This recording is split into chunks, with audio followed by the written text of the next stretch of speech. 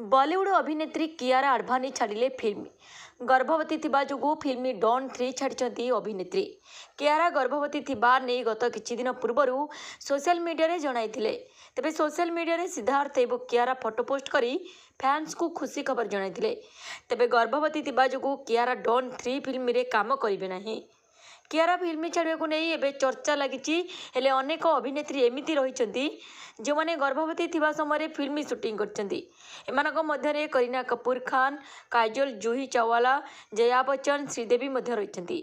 निज काम को प्राधान्य देउथबा लिस्ट रे अभिनेत्री करीना कपूर सर्वप्रथम असंदी।